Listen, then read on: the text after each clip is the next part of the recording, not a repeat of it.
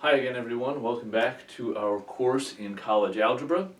I wanted to make a video that discussed the concept of interval notation.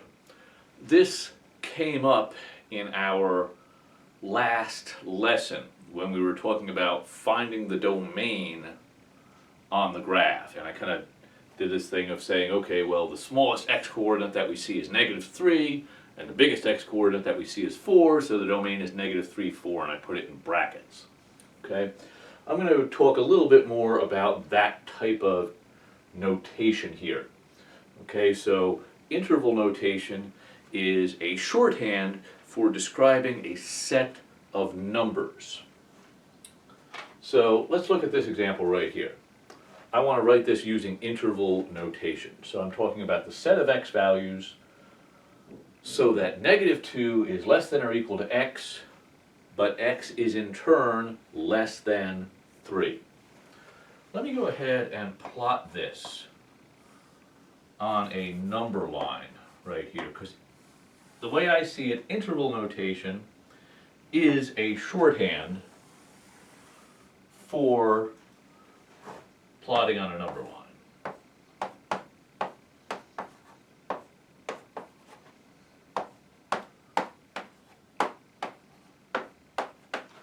Okay, so I've got my number line right here. Now, what x values am I talking about? Well, let me do this here. I can go as far to the left as -2. I can't go any further, right? Because this is less than -2. Remember, numbers to the left are less. Numbers to the right are greater, of course, right? So I can go all the way up to -2, but then I have to stop right there. So there's a hard cap there at -2. Now notice I cannot go to 3 because the restriction is that x has to be strictly less than 3. So 3 isn't exactly in the set.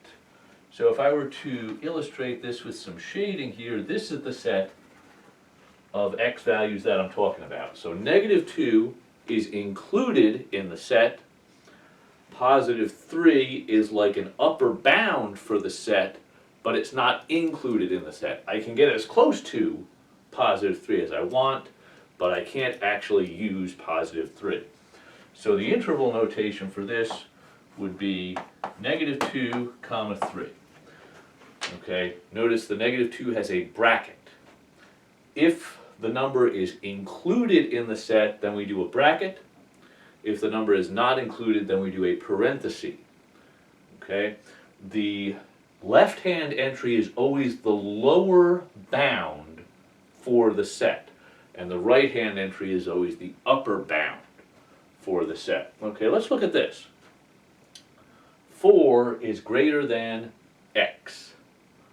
Okay, so I'm going to plot this on a number line.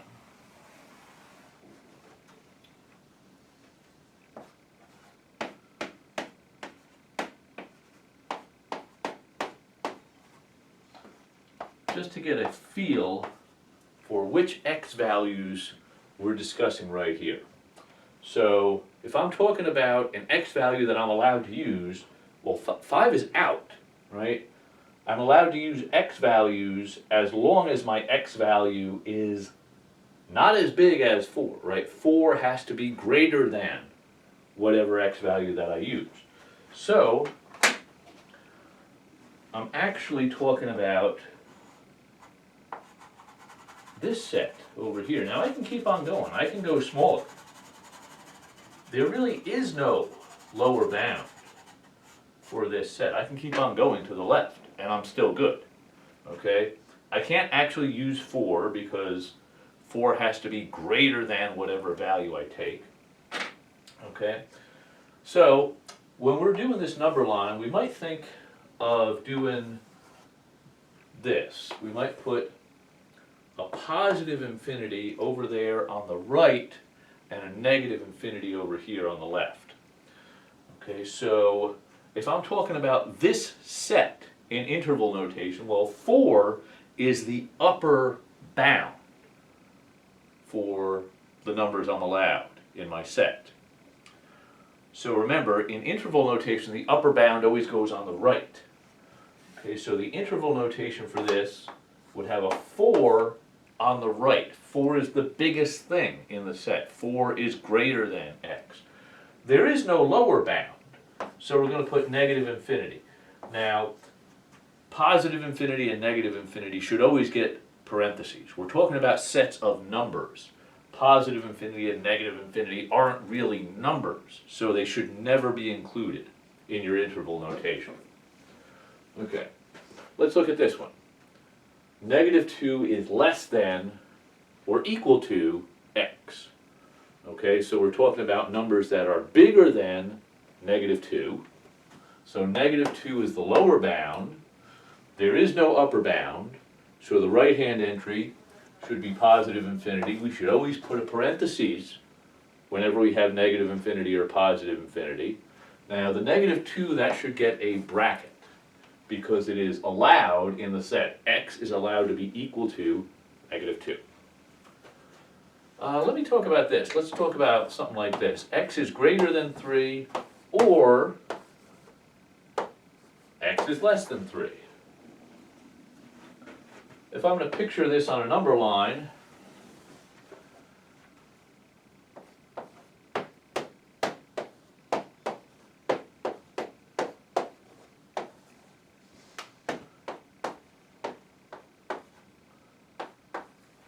okay, I've got my positive infinity pictured over there to the right, I've got my negative infinity pictured over here to the left. I mean, so many things are included in this. In fact, there's only one thing that I'm not allowed to use. I'm allowed to use any x value that's bigger than 3. So anything to the right of 3 is okay. I'm allowed to use anything that's less than 3. Anything to the left of 3 is okay. It's almost like we've taken an eraser and gotten rid of that one point. 3 is the only thing that's not in the set. Okay, so I took my little eraser and just got rid of that one point. Well, describing that part on the right, I would use this. Parenthesis, 3, and then no upper bound. You can keep on going forever. So 3 to infinity. The part on the left, negative infinity to 3. Okay, so it's got these two disconnected pieces. If you ever have to do this and want to indicate that your set of numbers has these two disjoined pieces like this, what we do is we indicate that both of the pieces are considered together. We use this symbol, union, right? And that kind of means the same thing that it does in everyday life. If you union things up, you're taking them as a collection, you're putting them together. So it's this piece together with this piece. Negative infinity to 3, union with 3 to infinity. Okay, so interval notation is a very handy device for describing sets of numbers. In particular, we'll use it for the domain and the range of functions, because we're talking typically about numerical quantities being related when we're talking about functions. So the input value or the set of inputs will be a set of numbers for our functions, typically. The output values will typically also be a set of numbers, and we'll use interval notation to describe those sets of numbers. So the key ideas with interval notation is your left-hand entry is your lower bound, your right-hand entry is your upper bound. It always goes lower bound, upper bound. If there is no upper bound, then you stick a positive infinity in the right-hand entry. If there is no lower bound, you stick a negative infinity in the left-hand side. And remember the difference between a bracket like this and a parenthesis. A bracket means that lower bound or upper bound is included in the set. A parenthesis indicates not included. And whenever we put in negative infinity or positive infinity, we will always use a parenthesis on those because we're talking about a set of numbers and those are not numbers. So interval notation, very useful for describing these sets of numbers.